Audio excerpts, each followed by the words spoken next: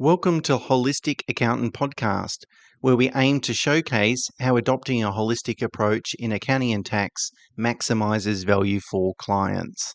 Beyond traditional tasks like preparing financial statements and tax returns, a holistic accountant focuses on offering advice that maximizes personal wealth on an after-tax basis. If you enjoy this episode, please consider leaving a rating and sharing it with those who might also benefit. And to ensure you stay updated, subscribe to our weekly email. The link is in the show notes.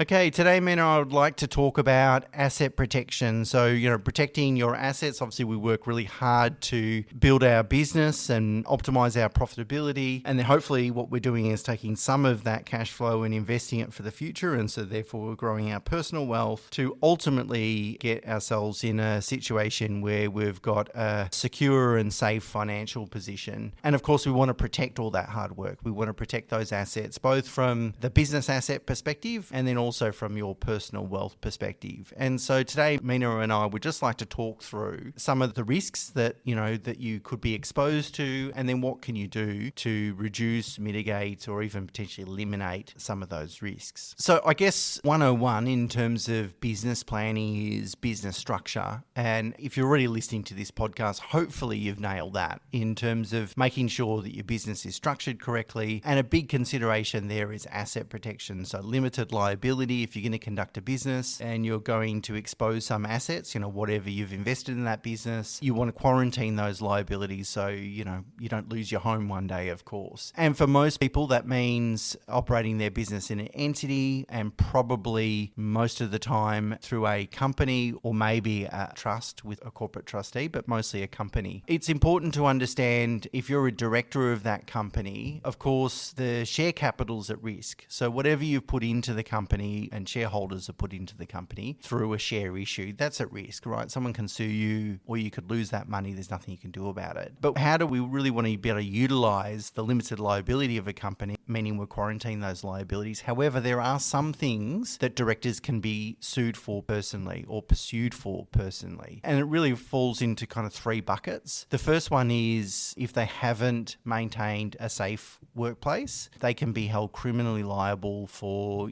not doing that, not having that safe workplace. Employee entitlements and ATO liabilities. This is an increasing level of scope. It used to be just super, but now it's PAYG, tax as well. But if you don't pay employee entitlements, you can be held personally liable for that as a director of a company. And the third one is trading while insolvent. So if you can continue to trade when your company is insolvent and you should have known that it was insolvent, again, you can be held personally liable for that. To assess the risk, of being a company director, it's going to depend on the company itself and the transparency around the financial position and its activities. So sometimes we have clients that are directors of subsidiary companies of global entities, and they might not have the full transparency over the financial position and what they're doing around safe workplaces and so forth. So they need to make inquiries to mitigate that risk. However, most of the people that are listening to the podcast are probably self-employed. Relatively small to medium businesses, they'll probably have full transparency over these issues. And I guess the type of business that you run will dictate the risks. So for example, if you're manufacturing or construction, your workplace safety considerations are probably more of a concern than, say, for Mena and I. The worst injury I've ever seen is a paper cut. Pretty brutal, but not that big a deal nonetheless. So it's good to understand, firstly, that there are still some risks, even if you operate as a company, that you've got to be considerate of. And then just understanding those risks and relating them to your business is critical.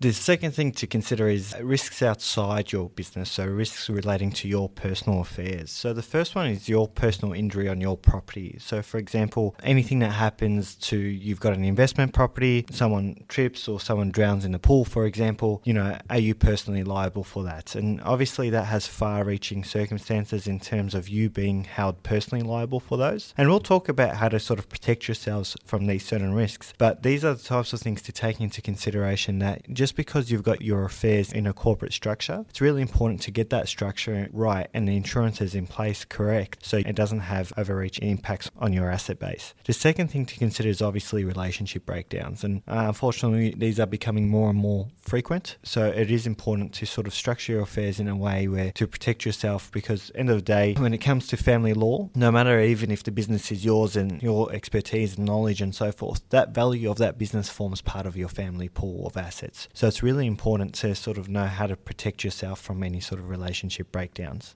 So we thought we'd split the conversation from here. I'll talk about, external risks to external creditors, whether that's personal injury on a personal property that you have or investment property, or whether it's related to your business. Someone comes and sues you, a client sues you or something like that. And then Mena's going to talk about then relationship breakdowns, which, as he said, statistically, in our view, that's probably most people's highest risk. We hope it doesn't happen, but statistically it's more common than not. Whereas getting sued, it's less common. And in fact, in next week's episode, we'll talk about business insurances. So the types of insurances you can have in your business to mitigate some of those risks. So that might be worth listening to as well, hopefully. So how do you protect yourself? Well, the first thing is you want to have limited liability. As I alluded to at the beginning, there are some things that directors can be held personally liable for. But what we're trying to do here is protect ourselves against an action by an external party, be it a creditor, a client, or an employee or something like that. So if we have a corporate structure, then we've got limited liability, just limited to the share capital that we've contributed. If we're trading inside a trust, let's make sure we've got a corporate trustee. So again, the liability against the trustee is also limited. Be very careful about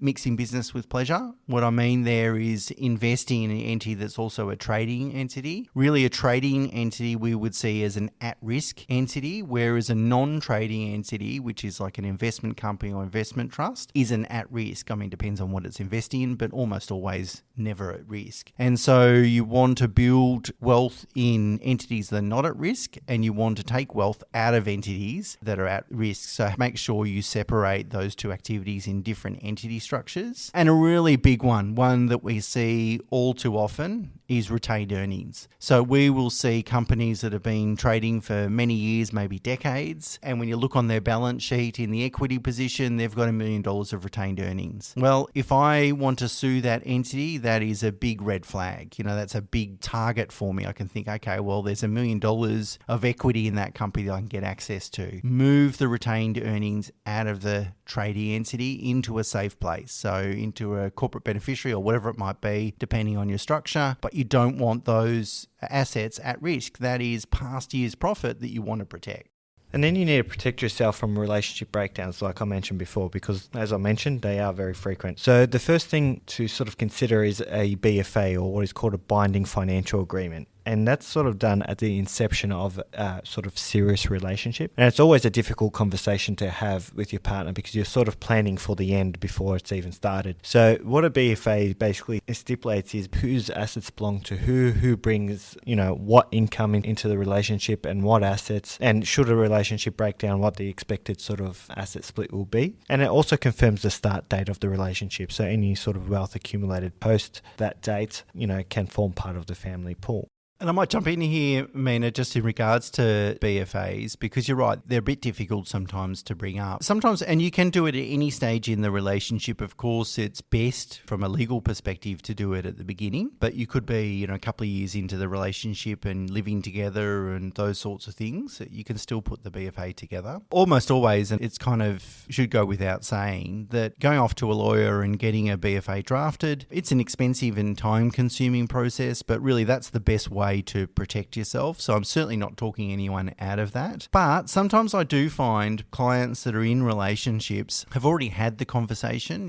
If we were to separate, what would happen? Or one party gets inheritance and the other party says, look, I'm not interested. That inheritance is always going to be your money or something like that. You might not in that situation necessarily want to go through the process of getting a formal BFA drafted, but even putting something down in writing and having you both sign it and agree to it, while the conversation is fresh. Won't be perfect. It might not be perfect, but it's better than having nothing at all. So I think documenting a financial agreement, particularly at the beginning or any stage of a relationship, is really important, because if it does end up dissolving, you can't necessarily rely on the other party acting in a ethical or irrational manner. Exactly right. When it goes bad, it tends to go bad, and you might actually end up wishing that you had something in writing. And keep in mind I might also add, with a BFA, if you do go to a family lawyer to prepare this, you both each need your own lawyer so that they can provide you independent advice. So the one lawyer cannot act for both parties. Obviously, it's a conflict of interest. So it can be costly, as Stuart mentioned, but I call it an insurance policy. So it could save you tens of thousands, if not hundreds of thousands down the track. So it's imperative to actually sort of have. The other consideration is obviously control of assets. So, whenever we sort of set up a trust or company, we always consider who the director, the appointers, the shareholders should be in the event of a relationship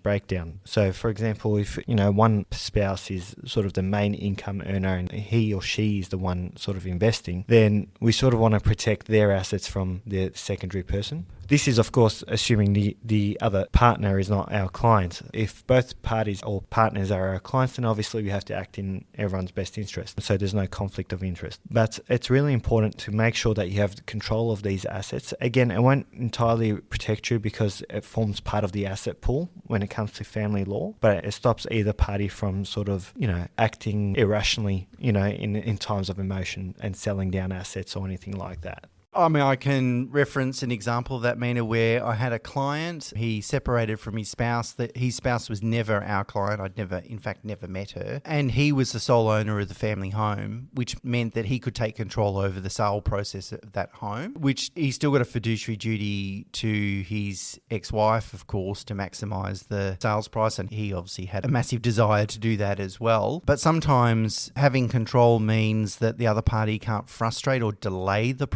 unduly delay the process or interfere with the process unnecessarily. And so in his situation, it worked perfectly for us because she wasn't really involved in that. He kept her informed, of course, and did everything the right way. But ultimately, he was in 100% control because he was the person on title. And so that really worked extremely well. I guess if you're really concerned about a relationship breakdown, maybe the first bit of advice I would have for you is make sure your spouse isn't also a client of your financial advisor and accountant, so there is no conflict of interest for them. They can look after you. And finally, family law has a broad reach. So, like I said, everything forms part of the family pool. So it's really important to be aware of this. It's really important to document everything, your assets, your liabilities, your income streams and so forth from the get-go. As Stuart mentioned, you can do it a couple years into a relationship. Obviously, it's best to do it as early as possible. Sort of clearly states where everything lies. But it does have a very, very broad reach. And we've seen things pulled from everywhere and forensic accountants being involved and so forth. So it's really important to try to protect yourself from the very start so you don't have a problem down the track. So that's a bit of an intro to asset protection for you. I think the main thing I would like to leave you with is discuss any of these risks or concerns with your accountant and or financial advisor, because they are very specific into your business entity, to your type of business, to your personal circumstances. And certainly your accountant and financial advisor will have the tools and knowledge to help you sort of navigate and mitigate some of these risks as much as possible. You can't necessarily reduce them to zero, but they really need the information, the good understanding of your business or your personal situation, those sorts of things, and what risks might arise in the future. And if you're able to openly share that with them, at least you give them the best opportunity to give you proactive advice that might actually help you in the long run. Okay, that's it from us for this week. Until next week, bye for now.